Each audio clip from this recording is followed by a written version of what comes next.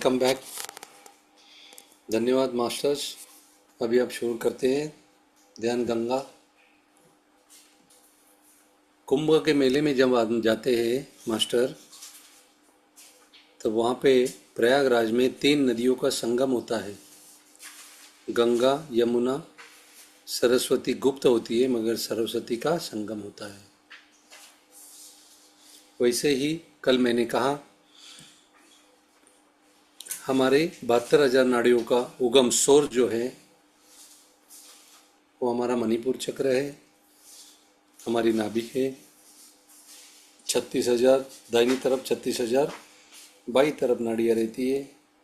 उसमें से बहुत ही इम्पोर्टेंट नाड़ियाँ 108 है। उसके बाद में बहुत इम्पोर्टेंट 10 है। उसके बाद में very very very very important ये 3 नाड़ियाँ हैं, जिसे दाहिनी नासिका से जो बहती है उसे चंद्र नाड़ी कहते हैं।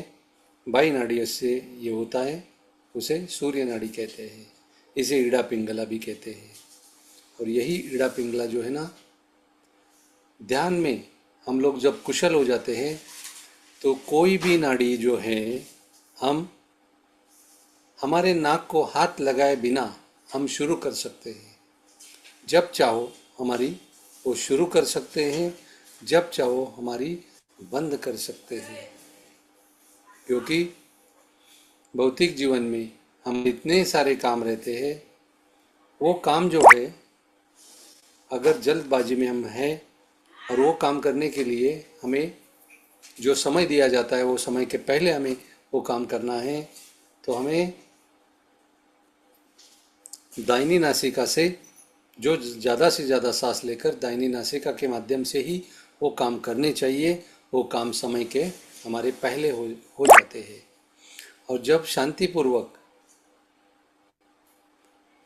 या किसी शुभ कार्य में हमें जाना है या शुभ कार्य में हमारे घर में हो है, तो हमें ज़्यादा से ज़्यादा बाई नासिका जो है, जिसे चंद्र नाड़ी कहते हैं, वो चंद्र नाड़ी शुरू रखते हुए हमें वो काम करना है।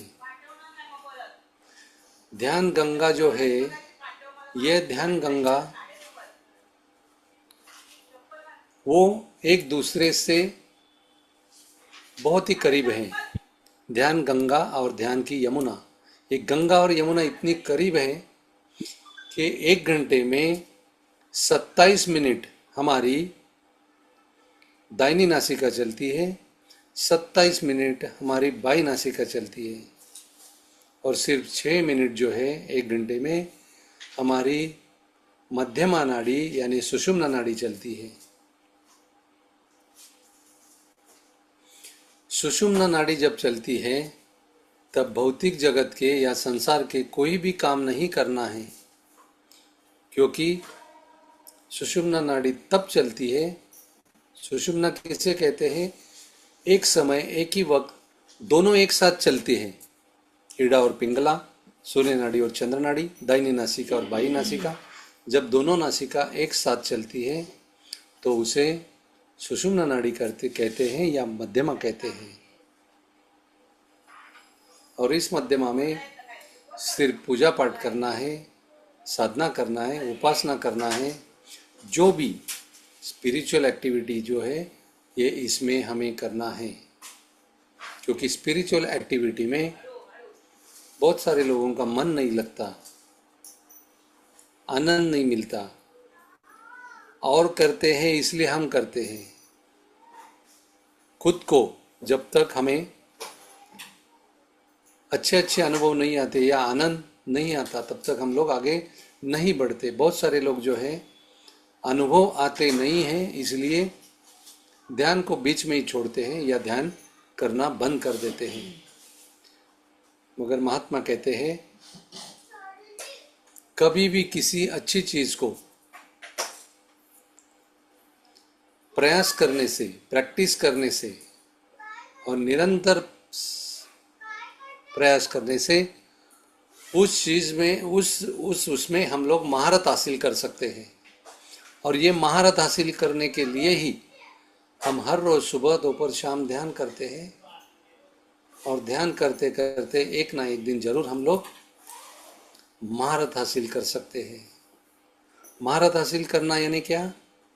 विचारों को काबू पाना। महारत हासिल करना यानी मन को पूरी तरह से निर्विचार करना। महारत हासिल करना यानी क्या?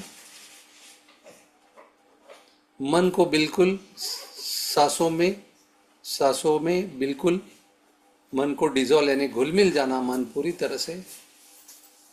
और जिस क्षण विचार मंद होते होते बंद होते हैं, तब हमारा मन जो है सांसों के साथ बिल्कुल घुल मिल जाता है। और ये जो मन घुल मिल जाता है, उस वक्त हमें बिल्कुल निर्विचार स्थिति का अनुभव आता है। और निर्विचार स्थिति का अनुभव आने के लिए जितना प्रयास करोगे उतने विचार ज्यादा आएंगे, और जितना प्रयास छोड़ देंगे। और मन का एक आज बहुत ही रहस्यमय बात आपको बताता हूं। मन को कहना कि जो चाहिए वो तू कर, चाहे विचार कर, चाहे किसी विषय का आपको आनंद लेना है आंख बंद करने के बाद में भी चाह, तो उस मन को सिर्फ जहां जहां मन जा रहा है सजगता उसके पीछे रहनी चाहिए। क्योंकि मन का जाना और आना जो है वो मन की गति और मन का फिर से आना, यह आपको अनुभव में आएगा। क्योंकि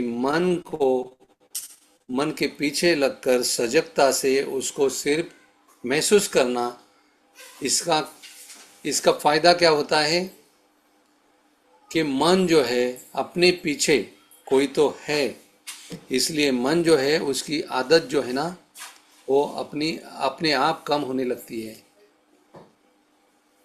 ये महात्मा ने बताया हुआ सीक्रेट है, ये मेरा नहीं है। इसलिए जो भी बातें मैंने सुनी है और मैंने जो अनुभव की है वही मैं बातें आपको बताता हूँ।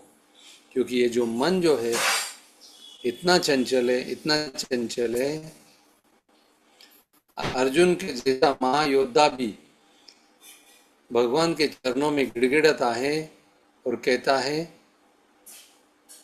चंचल ही मना कृष्ण प्रमाति बलवदृढ़म तस्याहम निग्रहम मन्ने वायोर्यो सो दुष्करम। यानी वायु को बांध सकते हैं लेकिन ये मन को बांधना बहुत ही मुश्किल है, ऐसा भगवान कृष्ण को अर्जुन कहता है भगवत गीता में। और आगे रहस्य में बात बताता हूं। विचारों को हम देख नहीं सकते इन आंखों से, चर्म चक्षु से विचारों को देख नहीं सकते, और विचार आए ये दिखा भी नहीं सकते। मन को भी यह आंखों से देख नहीं सकते और मन को अंगुली निर्देश कर यह मन है ये बता भी नहीं सकते। और तीसरी बात है कि यह मेरी सांसें चल रही है ये किसी को बता भी नहीं सकते और अंगुली निर्देश करके उनको दिखा भी नहीं सकते। अगर ये तीनों बातें आपको अगर समझ में आएगी, मन की, मन में आने वाली विचारों की और सांसों के साथ जुड़कर हमें इस मन पर यानी मन में आने वाले विचारों पर कैसे हम काबू पा सकते हैं। क्योंकि मैंने कल ही कहा था कि समान चीजें समान चीज को आकर्षित करती है। विचारों को कोई भी आकार नहीं रहता, मन को कोई भी आकार नहीं रहता, सांसों को तो बिल्कुल नहीं रहता। ये तीनों चीजें हैं ना वो निराकार है, मगर हमें इन चीजों से कुछ ना कुछ तो भौतिक जगत में साकार करने की आदत बन चुकी है। इसलिए इन्हीं के माध्यम से हम लोग हर रोज कुछ ना कुछ तो भौतिक जगत में या संसार में साकार करने का प्रयास करते हैं। मगर दृश्य जगत में यह उनकी आदतें जो है, इन आदतों का हमें ध्यान को बैठने के बाद में पता होता है कि ये दृश्य जगत में इनको लगी हुई आदतों से यह मजबूर है, और ये मजबूर होने की वजह से हमें जो निरंतर अपने आप चलने वाली सांसों के साथ हम जुड़ जाते हैं, तो इन आदतों को जो मन ही मौजूद है विचार करने के लिए, तो इस मन को मजबूर करना है सांसों के साथ जुड़ने के लिए। जब तक आप मन को सांसों के साथ में नहीं जोड़ेंगे, तब तक विचारों का चक्रवात, विचारों का जो भरमार और विचार अधिक मात्रा में जो विचार आते हैं, जिसे ओवर थिंकिंग करते हैं, ये ओवर थिंकिंग जो है वो आहिस्ता आहिस्ता आहिस्ता कम होने लगती है, और इतनी कम होने लगती है कि जितना आप सिंसियरली और ऑनेस्टली इन सांसों के साथ जुड़ते हैं, तो ये विचारों का चक्रवात अपने आप कम होने लगता है। इतना कम होता है, इतना कम होता है कि मैंने पहले ही कहा है कि सांसों को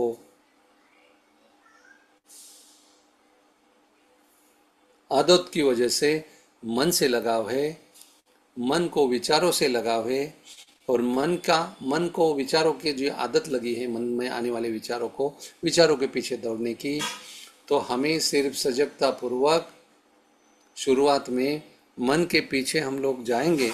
सजगता पूर्वक मन को हम लोग इसे कैसे वॉच करना है, watch wait watch with wonder, WWW, ये ध्यान में रखना। तो ये ध्यान में रखते हुए आपको पता चलेगा कि आपको मन को वॉच करना है और मन का वॉचमैन बनना है। और जैसे जैसे शुरू में जब हम आप मन का वॉचमैन बन जाएंगे, तो ये जो मन जो है ना, जैसे चोर के पीछे पुलिस लगती है, और पुलिस जब लगती है तो चोर डर जाता है, और पुलिस की जो यंत्रणा इतनी चेन जो इतनी बड़ी होती है, वो चोर पुलिस को मिलता ही मिलता है। वैसे ही मन जो है, मन के पीछे पुलिस की तरह या वॉचमैन की तरह हम लोग लगेंगे, तो यह मन जो है हमें हमारे काबू में आना ही आना है। मगर यह जो है ना, भौतिक जगत में चोर को पकड़ने के लिए प्रयास करना पड़ता है, मगर इस स्पिरिचुअल जगत में हमें इस मन को काबू में लाने के लिए बिना प्रयास ये सब कुछ करना है। तो बिना प्रयास ये सब कुछ कैसे करना है कि हमारे मन में विचार भी बिना प्रयास आते हैं।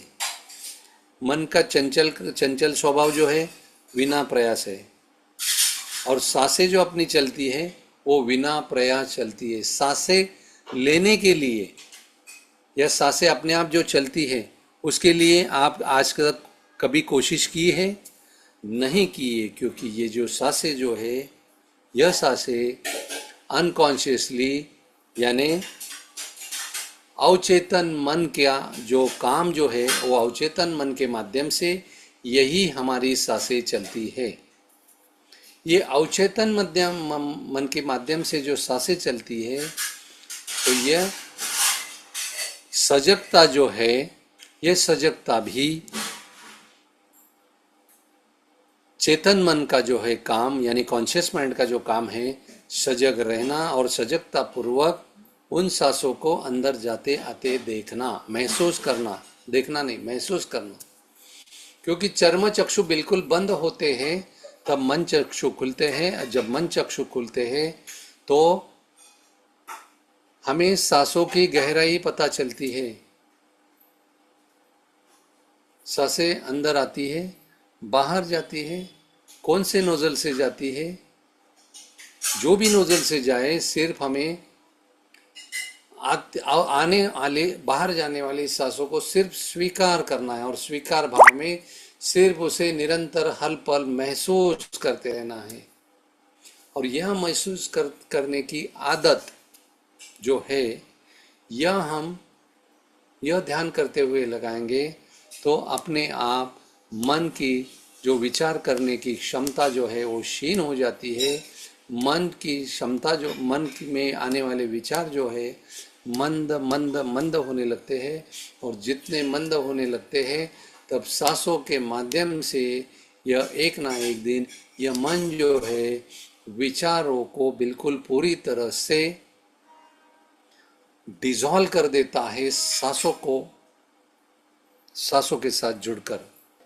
क्योंकि मन जब सरेंडर होता है सांसों में, तब मन में आने वाले विचार भी सांसों में सरेंडर होकर वो सरेंडर होकर सजगता पूर्वक वो सांसों का अनुभव लेता है। और जब सांसों में पूरी तरह से ये मन डिसॉल्व हो जाता है, तब हमें निर्विचार स्थिति का अनुभव आता है। और निर्विचार स्थिति का अनुभव जो है यही बहुत बड़ा पड़ाव है, और यह हमें उस पड़ाव तक पहुंचना है। और इसके लिए हमें उसके मन के सीक्रेट जानना है, विचारों के सीक्रेट जानना है, और सांसों के सीक्रेट को जानना है। सांसों के सीक्रेट को जानने के बाद में आपको पता चलेगा कि विचारों से ज़्यादा पावरफुल मन है, और मन से कई गुना पावरफुल हमारी सांसें हैं। तो विजय हमारे हमेशा उसकी होती है जो ज़्यादा सामर्थ्यवान है, जो ज़्यादा शक्तिमान है, और जो ज़्यादा निरंतर अपनी क्षमता के अनुसार निरंतर काम करता है।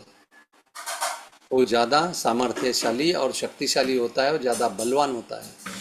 विचारों से ज़्यादा बलवान मन है, मन से भी ज़्यादा बलवान अपनी सांसें है।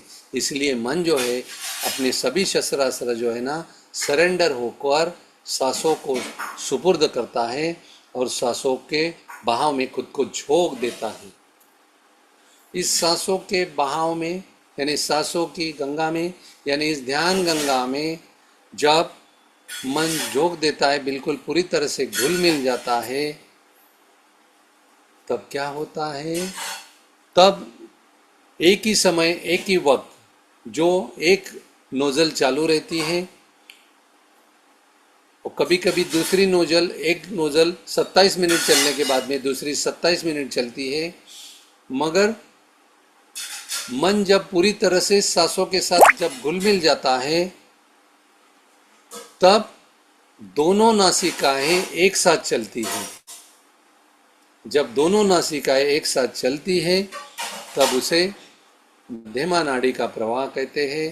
और मध्यमा नाड़ी का प्रवाह दूसरा उसको कहते हैं सुषुम्ना नाड़ी का शुरू होना। और ये सुषुम्ना नाड़ी जो है यह महत्वपूर्ण नाड़ी है, मास्टर नाड़ी है। और इस सुषुम्ना नाड़ी से ही आप ध्यान के सभी प्रकार के अनुभव जो है, ध्यान के सभी तरह के जादुई जो अनुभव जो है, मिरेकुलस एक्सपीरियंस, ये मिरेकुलस एक्सपीरियंस जो है ये सुषुम्ना नाड़ी शुरू होने के बाद में शुरू हो जाते हैं। क्योंकि सुषुम्ना नाड़ी शुरू होने से अपनी चेतना जो है, यह चेतना का ऊर्ध्व गमन हो जाता है। गमन दो प्रकार का होता है, एक अधोगमन और एक ऊर्ध्व गमन। ऊर्ध्व गमन यानी अनाहत से अपनी चेतना को ऊपर उठाना, इसे ऊर्ध्व गमन कहते हैं। और अधोगमन किसे कहते हैं? कि अपनी चेतना नीचे के चक्र जो है, नाभि चक्र, स्वादिष्टान चक्र और मूलाधार चक्र, इन तीनों चक्र में जब उनका आवन जावन रहता है चेतना का, तब समझ जाना कि हमारे उस चेतना का अधोगमन चालू है। और जब ध्यान करते हैं तो उसी चेतना का सांसों के जरिए ऊर्ध्वगमन होने लगता है। और ये ऊर्ध्वगमन गतिमान कब होता है? ये ऊर्ध्वगमन सुषुम्ना जो है नाड़ी शुरू होने के बाद में ऊर्ध्वगमन जो है गतिमान होता है। इसमें मास्टर एक अनुभव करना कि ध्यान के गंगा जो है, ध्यान का प्रवाह जो ये सांसों के साथ जुड़कर जब निरंतर बहते रहता है, आकाश गंगा से सांसों के साथ में वैश्विक ऊर्जा जुड़ती है। ये वैश्विक ऊर्जा जुड़ने के बाद में सबसे खतरनाक जो एक हार्मोन है वो उसे कॉर्टिजोल हार्मोन कहते हैं। ये कॉर्टिजोल बिल्कुल उसका जो क्षमता है, उसकी जो ताकत है, वो ताकत बिल्कुल क्षीण हो जाती है। इस कॉर्टिजोल हार्मोन को स्ट्रेस हार्मोन कहते हैं। और ये स्ट्रेस हार्मोन जो है ना, वो कॉर्टिजोल हार्मोन बिल्कुल उसका काम जो है ना वो बंद हो जाता है। कॉर्टिजोल हार्मोन जो है ना, इससे क्या हो जाता है, जो ध्यान नहीं करते उनके जीवन में कॉर्टिजोल हार्मोन का प्रभाव ज़्यादा होता है। और कॉर्टिजोल हार्मोन का प्रभाव कैसे होता है, वो लोग ज़्यादा एंजाइटी में रहेंगे, वो ज़्यादा वरी में रहेंगे, वो ज़्यादा चिंता में रहेंगे, निराशा में रहेंगे, उदासीन रहेंगे। इसीलिए उस हार्मोन को स्ट्रेस यानी तनाव का हार्मोन कहा गया है।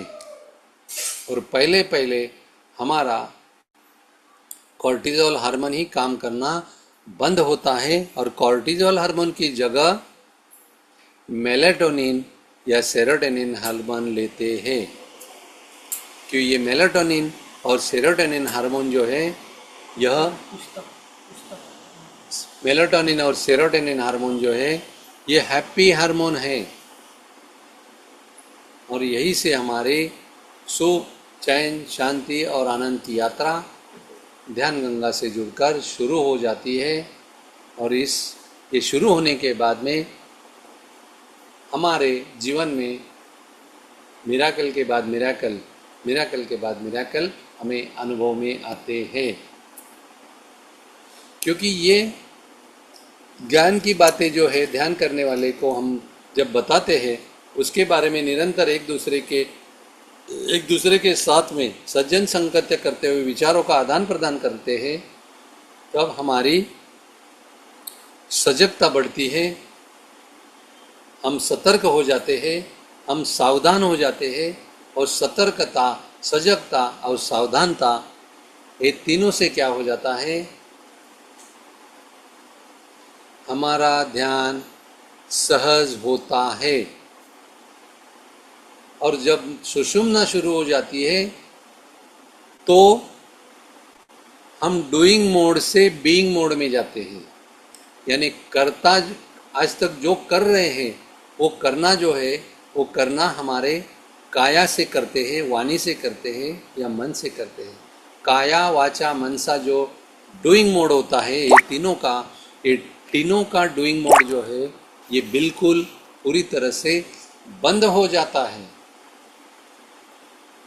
और जब ये बंद हो जाता है तो उसी वक्त हमें सुषुम्ना का अनुभव आता है। क्योंकि सुषुम्ना जो है नाड़ी, सुषुम्ना का जो अनुभव जो है, ये सुषुम्ना का अनुभव से, उसी अनुभव से हम हमारे होनेपन का हम अनुभव लेना शुरू कर देते हैं।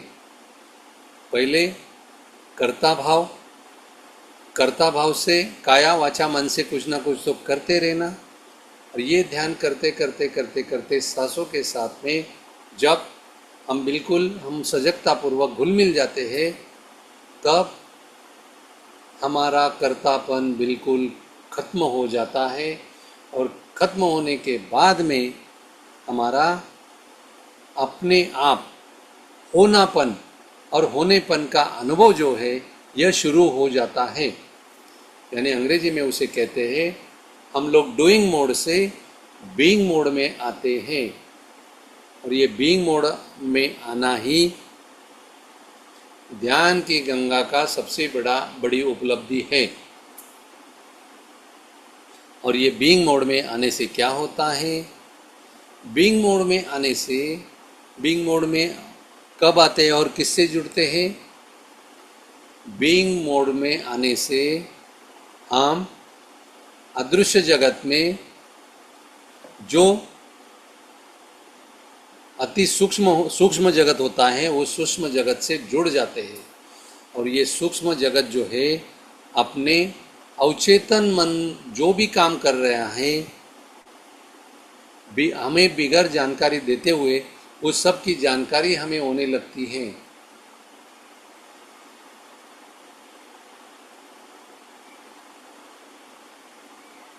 अवचेतन मन का काम जो है ये 24 घंटे चलता है। अवचेतन मन का काम जो है अनकॉन्शियसली चलता है, जिसे हिंदी मराठी में नेनीव पूर्वक बोलते हैं। नेनीव पूर्वक यानी क्या? नेनीव पूर्वक यानी जब आदत हमारी सबकॉन्शियस माइंड के सोर्स तक यानी रूट तक पहुंचती है तो वही आदत जो है ना वो हमारा स्वभाव बन जाती है, और स्वभाव बनने के बाद में वही काम जो है जो हम लोग आज तक हमें लगता था कि हम कर रहे हैं, हम कुछ भी नहीं कर रहे उस वक्त, क्योंकि हमारी दोनों नासिकाएं जब सांसें चलती है दोनों नासिका से, तो उस नासिका से चलने के बाद में हमें यह अनुभव आता है कि हम ऑटो हीलिंग यानी ऑटो मेडिटेशन मोड में हैं, और इस ऑटो मेडिटेशन मोड में हमें ध्यान करना नहीं पड़ता है, हमसे ध्यान अपने आप होने लगता है। ध्यान अपने आप होना ये सबसे बड़ी उपलब्धि है। और ध्यान जब अपने आप होता है तो हम हमारे अंदर जो मैं का स्फुरन होता है, हमारे अंदर जो है ना दिन रात जो मैं हम लोग कहते हैं ना, कि मैं का स्फुरन जो है वो निरंतर शुरू होता है, और चेतना के सागर में ये जो मैं की लहर जो है हमेशा ऊपर नीचे होती रहती है, मगर एक एक लहर से एक एक बूंद से ही सागर बनता है। वैसे ही यह लहर जो है उस लहर तक पहुंचने के बाद में हमें एक पता चलता है कि ये जो मैं जो है यह रियल मैं है, यही रियल ईगो है, और यही मैं जो है ये मैं जीवात्मा का मैं नहीं है। ये मैं जो है ये मैं शिवात्मा का है। जीवात्मा का मैं ये फॉल्स ईगो जिसे बोलते हैं, झूठा मैं बोलते हैं, और जब शिवात्मा का जो मैं जो स्फुरन होता है निरंतर अपने अंदर से, वहाँ तक पहुँचने के बाद में अदृश्य जगत में हम लोग अंदर की यात्रा करते वक्त जो स्फुरन होता है वो स्फुरन मैं का स्फुरन, वो रियल मैं का स्फुरन होता है, रियल ईगो का स्फुरन होता है। और रियल जो है वो ये मैं खुद मेरा स्फुरन है, ऐसा भगवत गीता ने अर्जुन को भगवत गीता के माध्यम से कहा है कि अर्जुन ये जो मैं है ना ये मैं मेरा है, ये तेरा मन मैं नहीं है। इसलिए अर्जुन को कहा है कि अर्जुनपन जो है उसे अगर तुझे साइड में या बाजू में पार करने को आ गया तो उसे मेरे शुद्ध मय का अपने आप अंदर से अनुभव आने लगता है। और ये शुद्ध मय का अंदर से जब अनुभव आता है तब वो हमें उस वक्त अहम ब्रह्मास्मि का अनुभव आता है। ब्रह्म क्या है? ब्रह्म कितना व्यापक है, ब्रह्म कितना सूक्ष्म है, और ब्रह्म सर्वव्यापी है, सर्वसाक्षी है, सर्वशक्तिमान है। यह हमें अनुभव उस क्षण से उस मैं को जुड़ने के बाद में आने लगता है, जब वही मैं वही अनुभव में परिपक्व हो जाता है, तब उसे अहम ब्रह्मास्मि कहते हैं। आपने सुना होगा अहम ब्रह्मास्मि, अहम ब्रह्मास्मि, अहम ब्रह्मास्मि।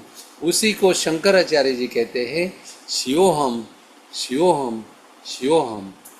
और ये अहम ब्रह्मास्मि और शिवोहम इस अनुभव तक पहुँचने के बाद में जो शरीर के माध्यम से या मन के माध्यम से जो चेतना खुद को जीवात्मा समझकर बैठी है, वो जीवात्मा जो उसका समझना उसका जानना वो बिल्कुल पूरी तरह से अपने आप छूट जाता है।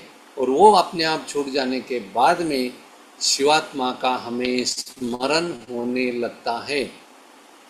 शिवात्मा का स्मरण यानी शिवम का स्मरण, शिवम का स्मरण यानी अहम ब्रह्मास्मि। इसीलिए वेद भी ये अनुभव के लिए अनुभव लेते लेते बाद में मौन में चले गए और पीछे हट गए। नेति नेति नेति कहकर वेद भी पीछे हट गए। और इस सभी वेदों ने हमें एक एक महावाक्य दिया। वेद कितने हैं? 4 वेद हैं। और इन 4 वेदों ने जो महावाक्य दिया है वो मंत्र नहीं है, वो महावाक्य यानी महा अनुभव है। तो एक वेद ने महावाक्य दिया अहम ब्रह्मास्मि, एक वेद ने महावाक्य दिया तत्वमसि, एक वेद ने महावाक्य दिया अयम आत्मा ब्रह्म, और चौथे वेद ने हमें महावाक्य दिया प्रज्ञानम ब्रह्म। और ये वेदों ने जो हमें ये जब ये एक एक अनुभव जो है हम ब्रह्मास्मि के बाद में ये सभी महावाक्यों का अनुभव हमें आने लगता है। और यही अनुभव में हमें स्थित होना है, यही अनुभव में हमें शांत होकर उसे अनुभव करते रहना है। और यही अनुभव को हमें निरंतर ऑब्जर्व करना है। तो वो इस अवस्था में शरीर का क्या होता है, मन का क्या होता है, तो उसका रहस्य मैं बताता हूँ। अपना शरीर जो जिसे बॉडी कहते हैं वो बॉडीलेस बॉडी हो जाती है। और माइंड का क्या होता है, मन का माइंडलेस माइंड हो जाता है।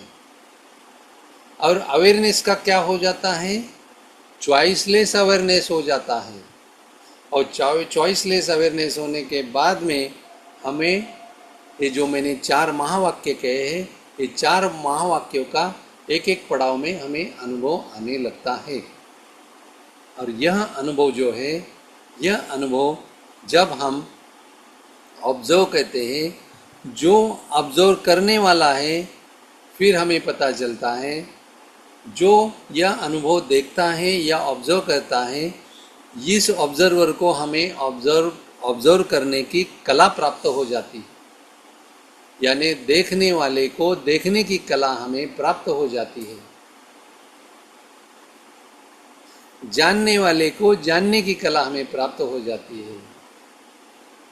देखने वाले को देखना, जानने वाले को जानना, और अनुभव लेने वाले का अनुभव लेना, ये 3 बातें उस अनुभव से हमें आती है।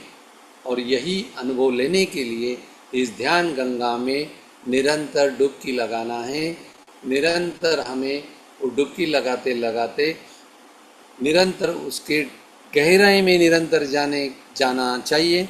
जितना आप गहराई में जाओगे उतना आपको ये सब अनुभव जो मैंने आपको बताए ये सब आपको अनुभव आएंगे। तो गहराई में सब कुछ है। सागर के गहराई में तेल भी है, सागर के गहराई में गैस भी है, सागर के गहराई में मोती भी है, सागर के गहराई में बड़ी बड़ी मछलियाँ भी होती है। मगर कहाँ पे? गहराई में होती है, ऊपर ऊपर नहीं होती। इसीलिए हमारे भारत सरकार ने सागर में बहुत बड़े बड़े प्लांट बनाकर वो तेल भी निकाल रहे हैं और गैस भी निकाल रहे हैं। उसे कहते हैं oil and natural gas limited. इस जैसे सागर के बारे में मैंने बताया, वैसे चेतना का जो महासागर है, उस चेतना के महासागर में ध्यान की गंगा जब जुड़ जाती है तो उस ध्यान की गंगा गंगा नहीं रहती, वो चेतना का महासागर बन जाती है। उसे ही संत महात्माओं ने सुख सागर भी कहा है। संत महात्मा ने उसे शांति का सागर भी कहा है और संत महात्मा उसे आनंद का महासागर भी कहते हैं। यही अनुभव मास्टर हमें ध्यान करने से आते हैं, मगर ध्यान को जिंदगी में कभी नहीं छोड़ना है। ध्यान की किताबें पढ़ना है, ध्यान के बारे में स्वाध्याय करना है, ध्यान के बारे में ज़्यादा से ज़्यादा सुनना है। ध्यान हमें ये शरीर जो है ध्यान के माध्यम से प्रयोग करने के लिए ये शरीर की प्रयोगशाला हमें मिली है। इस प्रयोगशाला ध्यान के माध्यम से करते करते करते अनुभव के कगार पर हमें पहुंचना है। और सभी महाअवतार फाउंडेशन से जुड़े हुए सभी महानुभावों को भाव के लिए मैं यह सदिच्छा और शुभेच्छा देता हूँ कि सभी को यह अनुभव प्राप्त हो और सभी इस ध्यान की गंगा में बहते बहते बहते बहते गंगा यमुना के साथ में सरस्वती जो गुप्त है वो गुप्त सरस्वती तक पहुँचे और गुप्त सरस्वती का अनुभव ले। और गुप्त सरस्वती का अनुभव लेने के बाद में वो गुप्त सरस्वती जो है जब प्रकट होती है तो वो जो भी मिलेगा उसको कितना दो और कितना नहीं ऐसे उसे होता है। वो रुकती नहीं है, थमती नहीं है। ज्ञान की जो गंगा जो है मुखारविंद से सरस्वती माँ जो है वो सरस्वती माँ वो अनेक जो साधक है, अनेक जो मास्टर जो है उनको देने लगती है। तो आज जो ध्यान का गंगा का जो दूसरा सत्र या मैंने लिया, आपको ये सत्र के बारे में ये सत्र कैसा लगा और सत्र के बारे में और भी जो भी सवाल जवाब है, सवाल आपको निर्माण हुए होंगे तो ये सवाल भी आप अभी पूछ सकते हो। ये ध्यान सत्र और ज्ञान सत्र मुझे महाअवतार फाउंडेशन ने देने में सेवा का अवसर दिया, इसलिए इस सेवा का अवसर देने के लिए महाअवतार फाउंडेशन के सभी मास्टर को मैं शुक्रिया अदा करता हूँ। और इस ब्रह्मांड के सभी महात्मा, सत्पुरुष, परमहंस और सभी के चरणों में यह मैं आज की सेवा समर्पित करता हूँ और मेरे वाणी को यहीं पे अर्धविराम देता हूँ। धन्यवाद, धन्यवाद, धन्यवाद।